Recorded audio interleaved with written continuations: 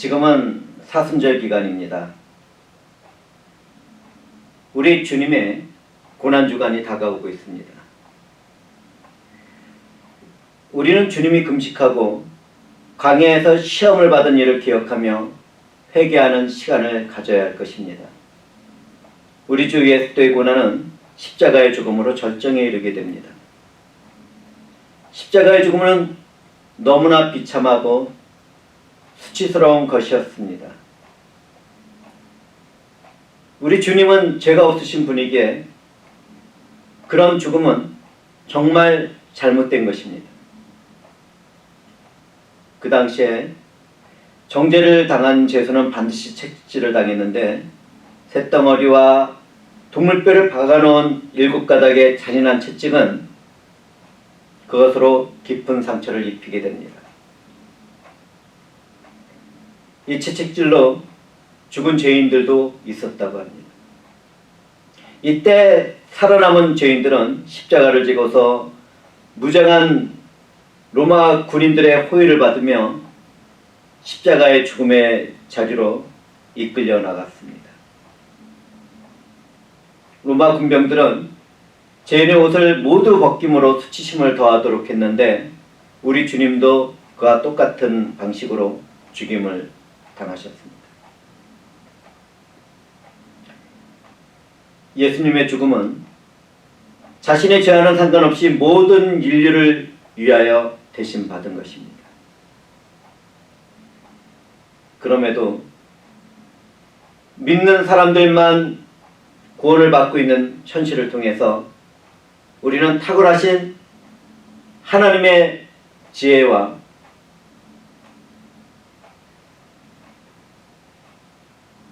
사람들의 어리석은 불신앙을 발견하게 됩니다. 예수님은 고난이 축복으로 가는 길이라고 가르쳤으며 자신의 죽음을 통하여 그것을 증명하셨습니다. 그것을 지나던 사람들은 고개를 흔들며 예수들을 욕했습니다. 성전을 헐고 3일 반 만에 다시 세운다는 사람아, 내 자신이나 구원하여라. 만일 내가 하나님의 아들이라면 십자가에서 내려와 보아라. 그러한 외침은 구속사역을 방해하는 사탄의 조롱과 유혹이었습니다. 우리 주 예수 그리스도께서 물세례를 받고 올라오셨을 때 비둘기 같은 성령이 내려오셨습니다. 회중들은 우리 주 예수 그리스도가 성령에게 이끌려 광야에서 40일간 굶주리시고 사탄에게 시험을 받을 때를 기억하고 있습니까? 성령에 이끌려 광야에 간 예수 그리스도 앞에는 마귀가 나타났습니다. 마귀는 예수님을 높은 산으로 데려갔습니다. 그곳에서 세상의 모든 나라와 영화로운 모습을 보여주었습니다.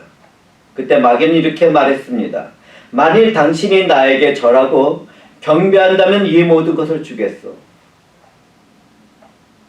그때 예수님은 마귀에게 다음과 같이 대답했습니다.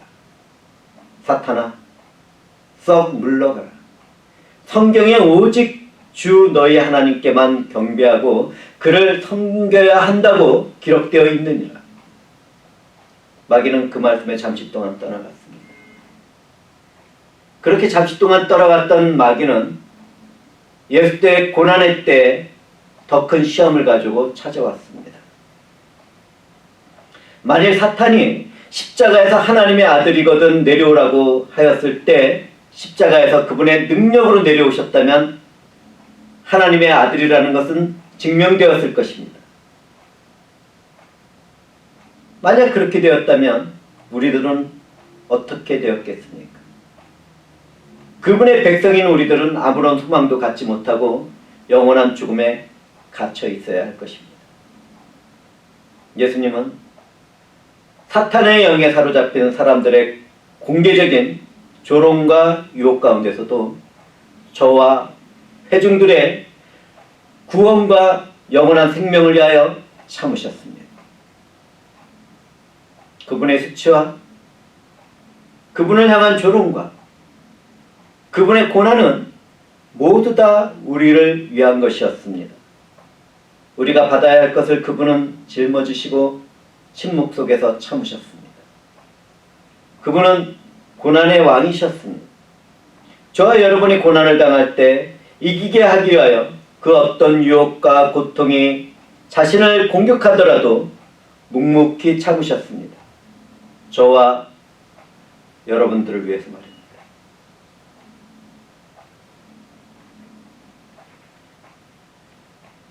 현재 전 세계에는 코로나 바이러스 19로 인하여 큰 고난을 당하고 있습니다. 이러한 질병과 재난은 오늘에만 있었던 것이 아닙니다. 역사 가운데 있었던 재난 한 가지를 저는 회중들하고 나누려고 합니다. 지금으로부터 약 265년 전 1755년 11월 1일에 리스본은 지진에 의하여 황폐하게 되었습니다. 그날은 모든 성인의 날, All Saints Day였습니다. 모든 교회는 사람들로 꽉 차 있었으며 지진으로 인하여 교회 중 30개가 무너져 내렸습니다. 1시간 동안에만 15,000명이 죽고 이어서 15,000명이 죽어가고 있었다는 소식이 전해졌다고 합니다.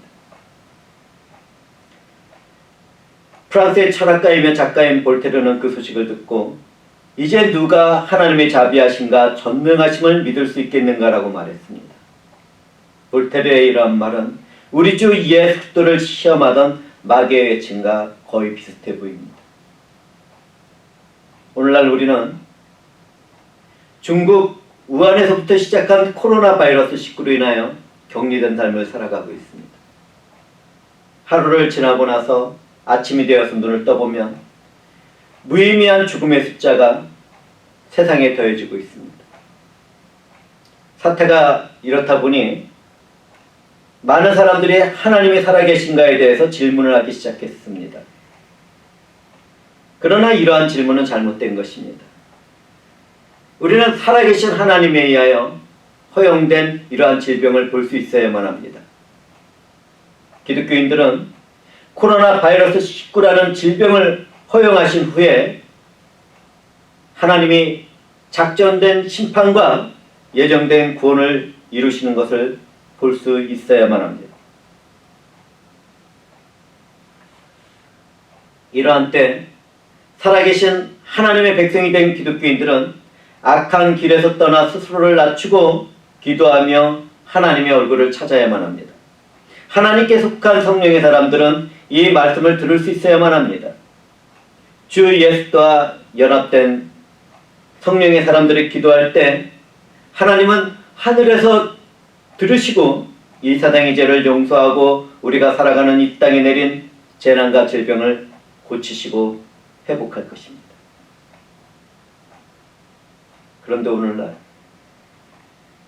과연 누가 하나님 앞에 자신을 겸손히 낮추고 이 어둠에 잠긴 세상과 죄악된 일들을 회개하며 하나님의 얼굴을 찾고 있겠습니까?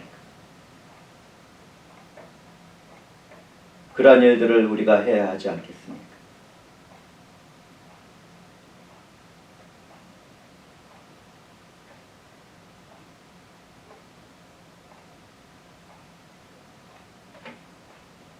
우리의 심령 깊숙한 곳에서 하나님이 왜 고난을 허락하셨는가?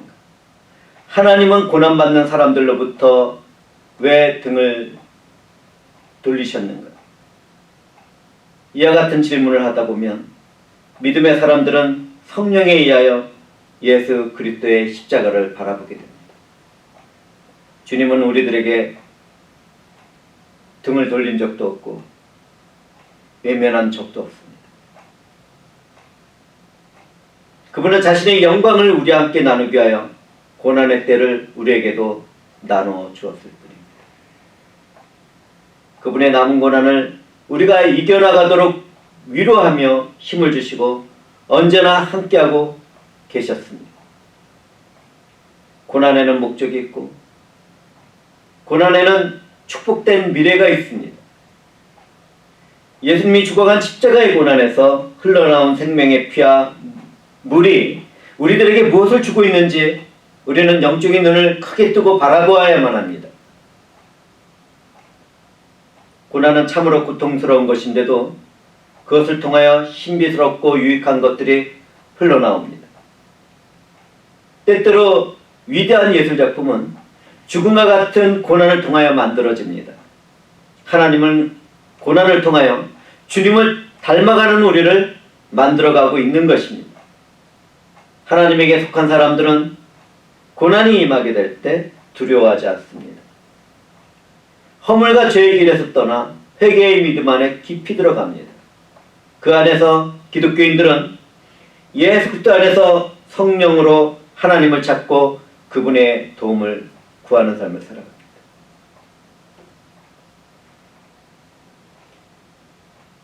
고난의 내용이 사건과 사고가 되었든지 재난과 질병이 되었든지 이겨나가며 무력하고 고통받는 불쌍한 사람을 돕는 삶을 살아가는 것이 기독교인의 모습입니다. 참된 기독교인들은 고난을 통하여 하나님을 찾는 가운데 예수 그리스도와 같은 인격이 새롭게 창조됩니다. 재난이나 질병이나 사건 사고가 있을 때 하나님의 얼굴을 찾고 그분을 갈망하게 됩니다.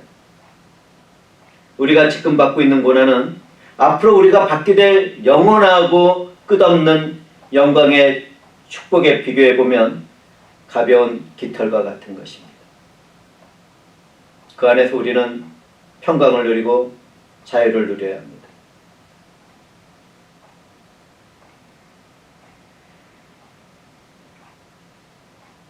우리 주 예수 그리스도는 고난의 왕으로 위엄을 갖추고 있었습니다.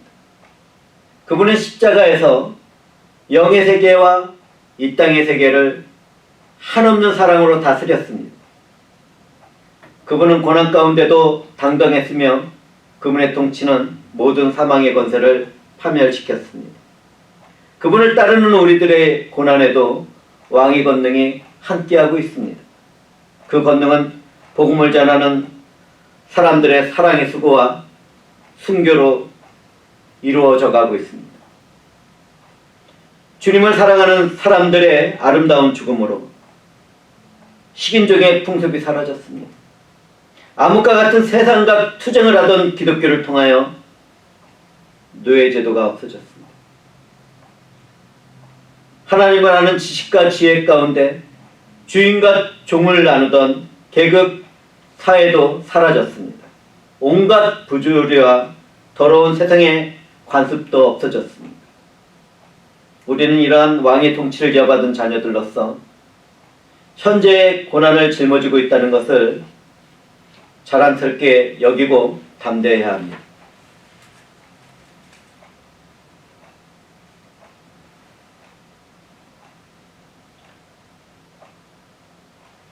성경에 기록된 내용을 살펴볼 때 왕의 고난이 십자가에서 절정을 이루던 낮 12시에서 오후 3시까지 온 땅이 어둠에 덮였습니다. 오후 3시쯤에 예수님은 엘리 엘리 라마 사박단이라고 큰 소리로 외쳤습니다. 이 말은 나의 하나님 나의 하나님 어찌하여 나를 버리셨습니까? 라는 뜻입니다. 이 외침은 구약성경 시편 22편의 승리의 창가의 첫 구절입니다. 그분은 극심한 고통 가운데서 저와 여러분의 죄를 짊어지고 하나님으로부터도 외면을 받았습니다.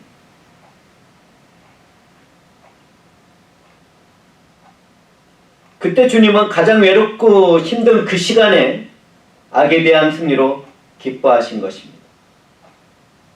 그러나 믿지 않던 사람들은 엘리야를 부른다고 하였고 신포도주를 목에 축이도록 하는 인정을 베풀기도 했습니다.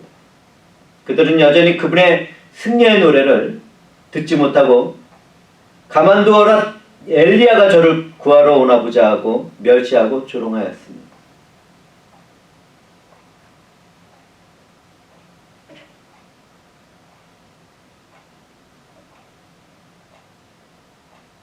우리 주 예수 그리스도의 고난을 증거하는 지금 제 심장은 그분의 위대하신 고난의 영광에 두근거립니다.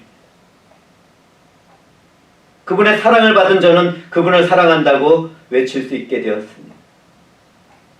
저와 회중들은 그분의 고난이 최절정에 당하게 되었을 때 온 땅이 어둠에 덮였다는 것을 기억해야만 합니다.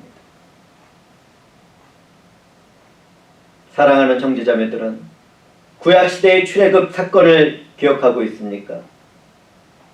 하나님의 백성을 노예로 잡고 있던 이집트의 파라오에게 저주를 주었던 흑암의 재앙 사건을 기억하고 있습니까? 여호와 하나님이 모세에게 말씀하셨습니다. 하늘을 향해 내 손을 뻗어라. 그러면 어둠이 이집트 땅을 덮을 것이다. 손으로 더듬거려야 할 만큼 짙은 어둠이 임할 것이다. 그 어둠은 3일 동안 깔렸습니다. 너무 어두워서 아무도 다른 사람을 알아볼 수 없었습니다. 그렇지만 하나님의 백성이 사는 곳에는 밝은 빛이 있었다고 성경은 기록하고 있습니다. 이것이 하나님의 능력이며 우리를 위한 그분의 보살핌입니다. 구약의 선지자 아모스는 여호와의 날을 다음과 같이 말하고 있습니다. 여호와의 날을 기다리는 사람들에게 재앙이 있다. 너희가 어찌하여 여호와의 날을 기다리느냐? 그날은 빛이 날이 아니요 어둠의 날이다. 여호와의 날은 빛이 아니다. 어둠이다. 기쁨이나 희망의 날이 아니라 슬픔의 날이다. 왜 하나님은 여호와의 날이 슬픔의 날이며 어둠의 날이라고 했을까요? 십자가의 구원의 사건으로 돌아와서 그 일들을 보게 된다면 우리는 그분의 말씀을 이해하게 됩니다. 십자가의 구원의 사건은 출애굽의 구원의 사건을 완성한 것입니다. 구약의 선지자 아모스의 말처럼 하나님의 날에 있게 될 그 어둠은 영광을 나타내던 아들의 죽음을 의미했습니다. 우리는 어두움 속에서 영광의 빛을 바라보는 기독교인들입니다.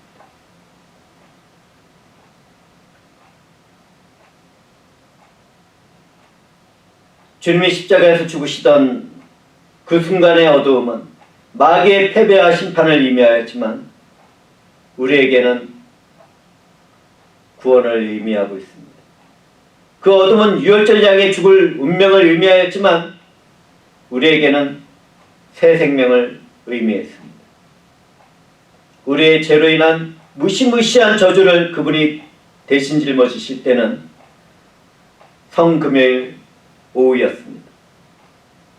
무서운 오후의 어두움 속에서 그분은 우리를 위하여 죽어가시면서 저와 여러분들을 보시고 다 이루었다고 선언하셨습니다. 우리는 그분의 고난과 죽음으로 영원한 생명을 갖게 되었습니다. 예수님께서 다시 소리 지르시고 영원히 떠나가시는 그 순간 우리의 영혼은 새 생명을 얻었습니다. 영원히 죽어있던 저와 여러분은 그분의 죽음으로 다시 살아난 것입니다.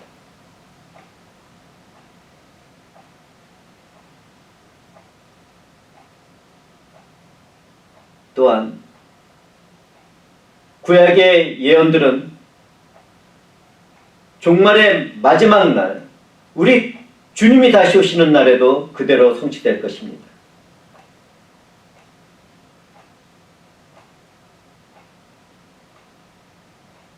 한 무리에게는 심판이 주어지죠. 한 무리에게는 영원한 생명이 주어질 것입니다.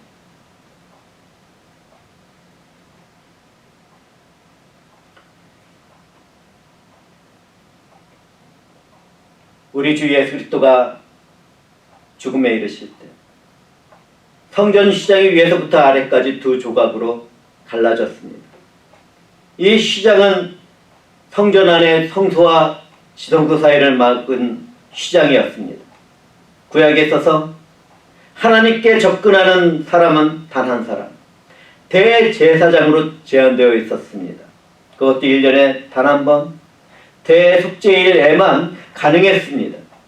그때 대제사장은 자신의 죄와 온 백성의 죄를 위하여 희생이 된 동물의 신선한 피를 가지고 들어가야만 했습니다.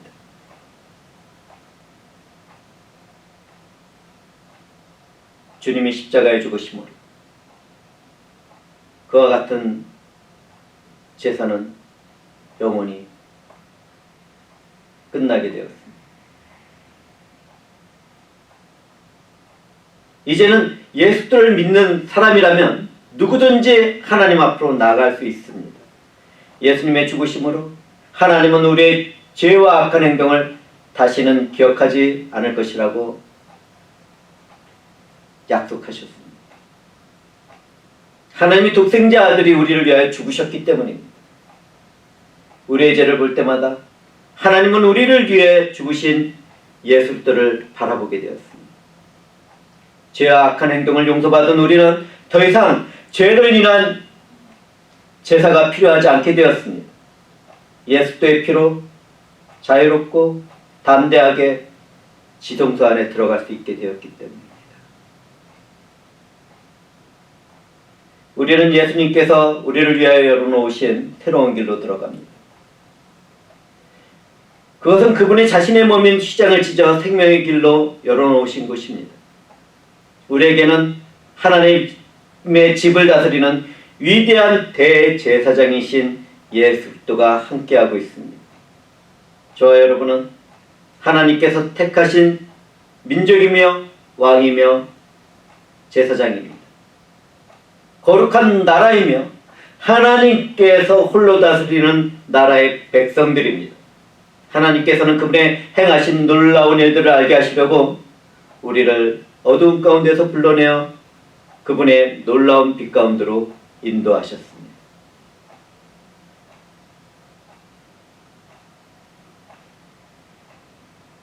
마태의 기록을 살펴보면 주님이 운명하신 그 순간에 큰 지진이 일어나고 바위들이 쪼개졌습니다. 땅은 진동되었고 바위들은 갈라졌습니다. 전능하신 하나님께서 땅을 진동시키셨고 바위들을 갈라지게 하신 것입니다. 마귀의 세력은 바위처럼 강하고 굳은 땅처럼 튼튼하게 보였지만 주님의 권능으로 비참하게 다 깨어졌고 무너져 내렸습니다.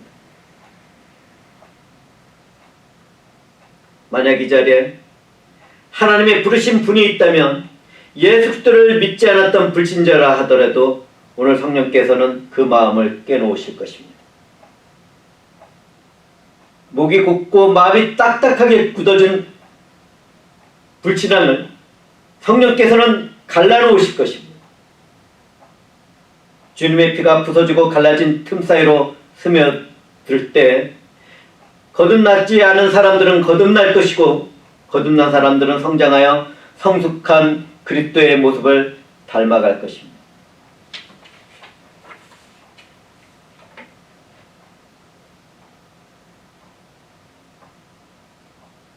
때가 차면 회개하라 천국이 가까이 왔느니라 하시던 그분의 죽음으로 천국은 이 땅에 살아가는 사람들 안으로 들어오게 되었습니다. 이것은 새 창조와 새 시대가 왔다는 것을 의미합니다. 태양이 빛을 잃고 휘장이 찢어지고 지진이 일어나고 무덤이 흔들리는 것은 새 언약의 시대를 보여줍니다. 성령 하나님께서는 마태의 영적인 눈을 열어주시고 묵시적으로 성경을 기록하도록 하고 있었습니다. 그는 마태복음을 기록하면서 성령 하나님께서 보여주시는 미래의 사건을 바라본 것입니다.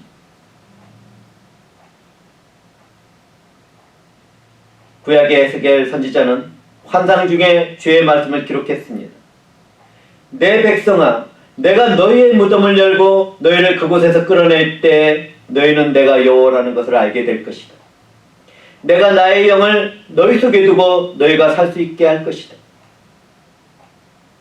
그때 너희는 나 여호와가 그것을 말하였고 이루었다는 것을 알게 될 것이다. 나 여호와의 말이니라. 이와 같은 구약의 예언, 예수 때 십자가의 죽음으로 성취되었습니다. 신약에서 마태는 부활하신 예수님을 바라보면서 성도들의 몸이 예수님을 따라 부활하여 거룩한 성에 들어가는 것을 묘사하고 있었습니다. 마태는 예수님의 십자가의 죽음이 인류의 운명에 대하여 무엇을 의미하는지 우리에게 알려주고 있었습니다. 그분의 죽음은 종말론의 처음 사건이었습니다. 무덤이 열린 것은 예수님이 성취하신 죽음에 대한 승리를 나타내는 강력한 미래의 일에 대한 상징입니다. 우리는 주님의 빈 무덤을 잘 알고 있습니다. 그분이 살아나셨기 때문에 우리 역시 살아나게 될 것입니다. 그분의 죽음으로 종말의 완성은 시작되었습니다. 사망과 악은 파멸되었고 옛 시대는 끝나고 새 시대가 시작한 것입니다.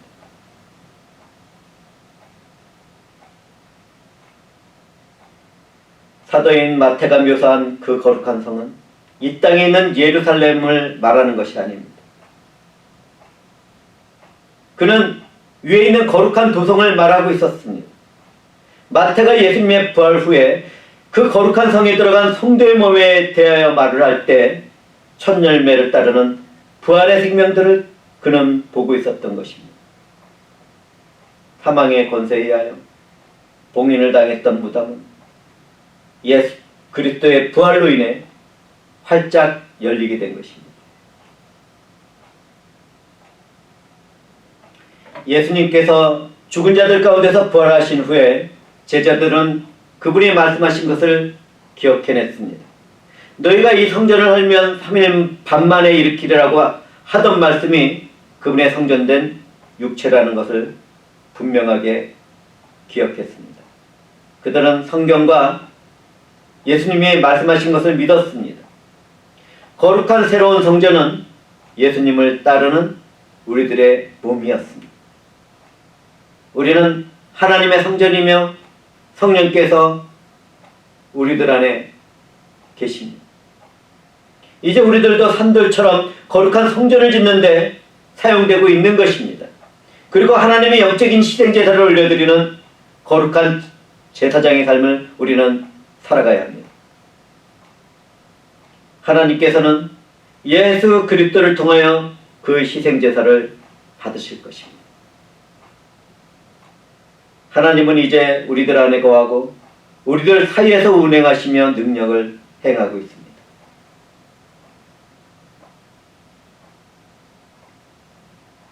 언젠가 저는 기도할 때도 그렇지만 잠을 자던 가운데서도 환상 가운데 온 우주를 헤매며 하나님을 찾아 나섰습니다.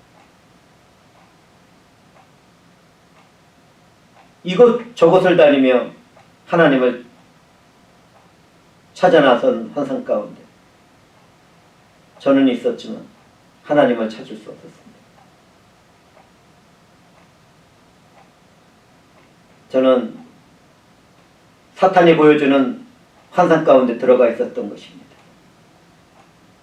제가 그것을 깨닫게 된 것은 제 안에 거하시는 성령의 음성이 들려왔기 때문입니다. 그분은 제 안에서 말씀하셨습니다.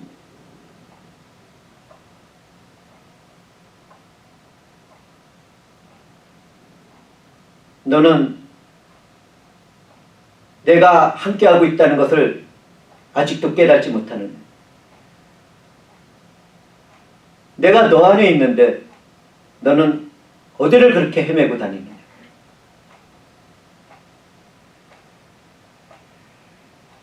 저는 환상 가운데 이러한 성령의 음성을 듣고 깨어났습니다.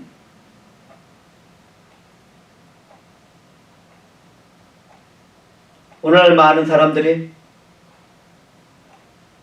코로나 바이러스 19로 인하여 고난을 당할 때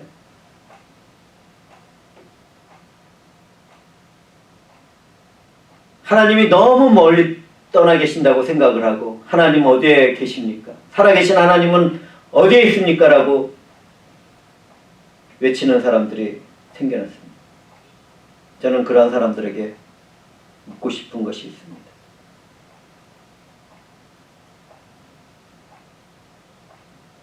성령께서는 지금 어디에 계십니까?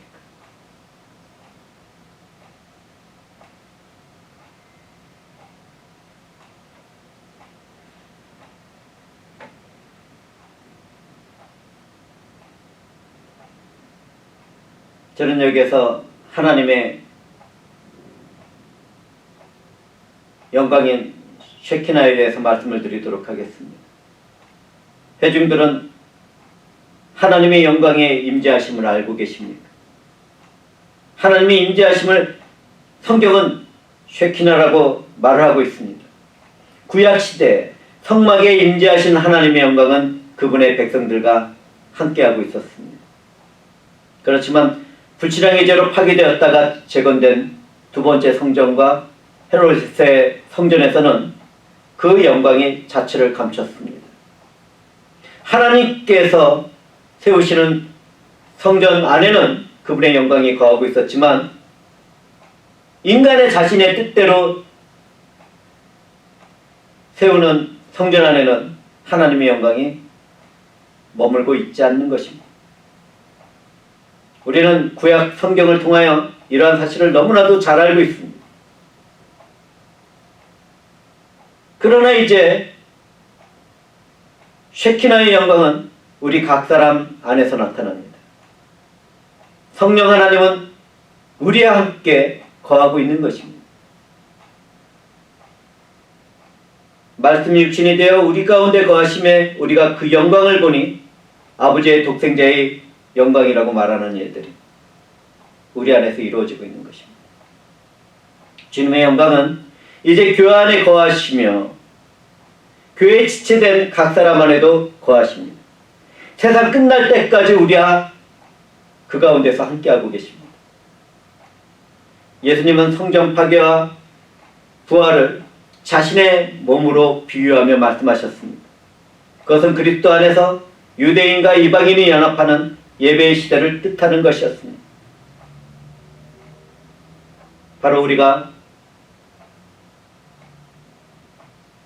교회의 지체를 이루는 것이고 바로 우리가 예수 그리스도의 몸이고 새로운 창조에 따른 공동체로서 세상의 희망으로 남아있는 것입니다. 오늘날 우리는 가장 소중한 십자가의 진리와 사랑을 잃어버린 세대를 살아가고 있습니다. 이러한 일들로 마귀는 교회를 장악하고 예수 그리스도와 복음의 전파를 막는데 성공한 것처럼 보입니다. 그러한 그들의 일들을 통하여 세상은 타락하였고 불신앙 가운데 들어가게 되었습니다. 오늘날 너무나도 많은 교회들이 그와 같은 상황에 빠져들고 있습니다. 그럼에도 하나님께서는 그분이 남겨주신 그분의 백성들을 통하여 지금도 구원의 때를 이루어가고 계시고 그분의 선하신 사랑을 이루어가고 계십니다.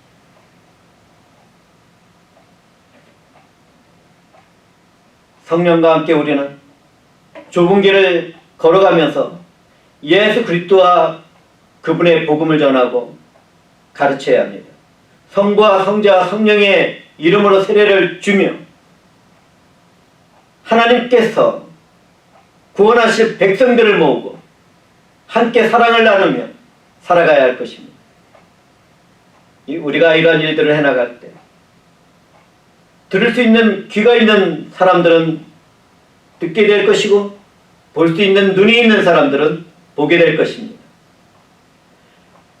회개할 심령은 회개하게 될 것이고 하나님의 교회는 진리와 사랑 가운데 하나가 되어서 이 땅에서 점점 성장해 나갈 것입니다.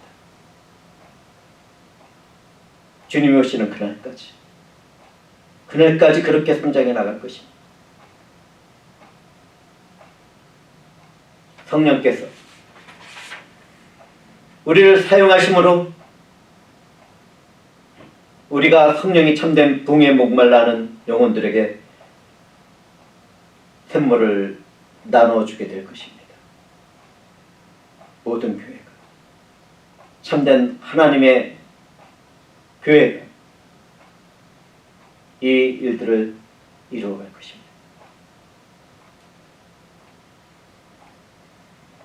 우리는 마지막 날 참 생명이신 그리스도께서 다시 오실 때 오늘 받은 고난을 참고 인내로써 살아간 것을 칭찬받을 것입니다. 영광 가운데 우리는 주님과 함께 거하게 될 것입니다. 특히 오늘날처럼 코로나 바이러스 19로 인하여 고난의 때를 지나갈 때는 성령 안에서 우리가 각성되어야 합니다. 우리는 회개의 믿음으로 생활 가운데 허물과 죄악된 것은 다 버려야 합니다. 성적인 죄와 악한 행동과 심지어 나쁜 생각과 지나친 탐심으로 인한 욕심도 버려야 합니다. 육체적인 자랑도 버려야 합니다. 겸손한 자리에서 무릎을 꿇고 하나님을 찾고 그분의 도움을 구해야만 합니다. 하나님이 저희들의 간구를 통하여 이 땅을 고치시고 회복시키시기를 우리는 쉬지 말고 간구해야 합니다.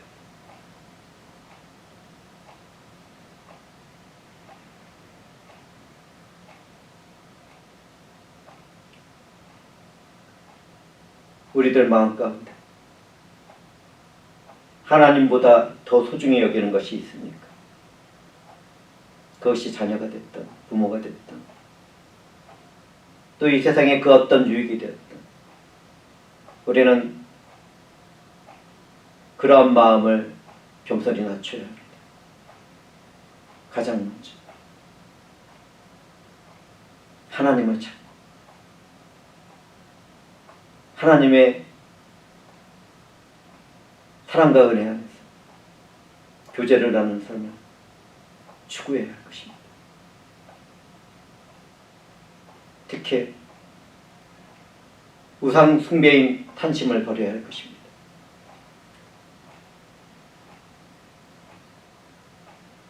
나의 말과 행동이 하나님께 연락이 되도록 우리는 선한 말을 내고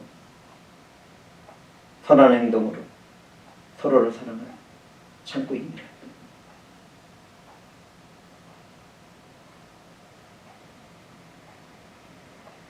고난의 때를 살아가고 있는 우리들에게 가장 필요한 것은 내가 살아가면서 범하게 되는 허물과 죄를 고백하고 그 일을 떠나는 것입니다. 만약 우리가 내게 있는 허물과 죄를 고난받는 주님께 더하려고 한다면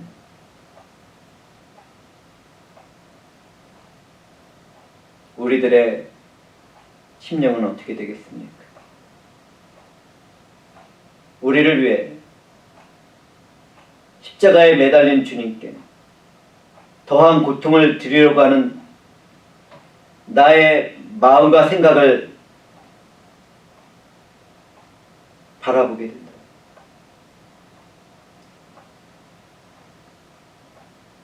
나의 마음은 정말 깊은 고통 가운데 찢어지지 않겠습니까?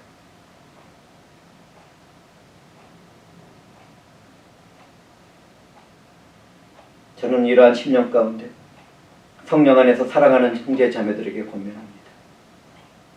우리의 연약함과 비참함을 성령께 간구하시고 회개와 믿음으로 그분을 의지하시기 바랍니다.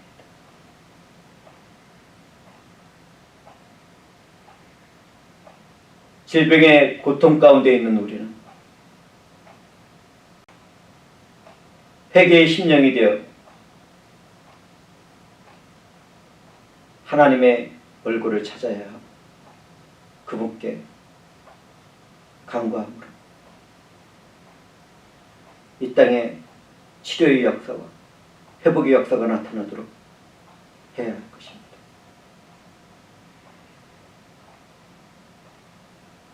지금이야말로 우리의 지나간 잘못된 삶에서 진정으로 벗어날 때입니다.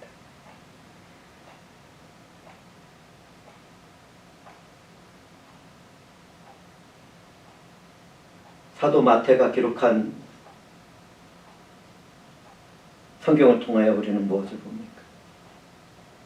지진과 그 되는 일들을 보고 심히 두려워하던 무리들과 이방인 백부장은 예수님의 죽음을 지켜보고 있다가 이는 진실로 하나님의 아들이었도다라고 증언을 하고 있습니다.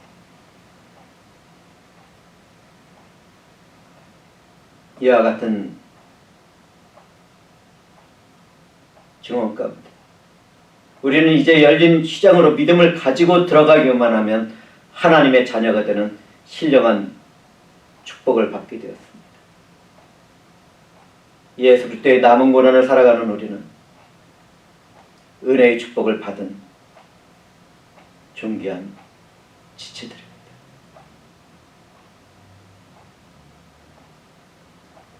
우리는 새롭게 창조된 삶에서 하나님을 아는 참된 지식 안에서 살아가게 될 것입니다. 주님이 우리를 위하여 고난의 절정에서 죽음을 이기고 부활하셨기 때문에 우리는 그 어떤 생활과 환경 가운데서도 승리의 삶을 살게 되었습니다.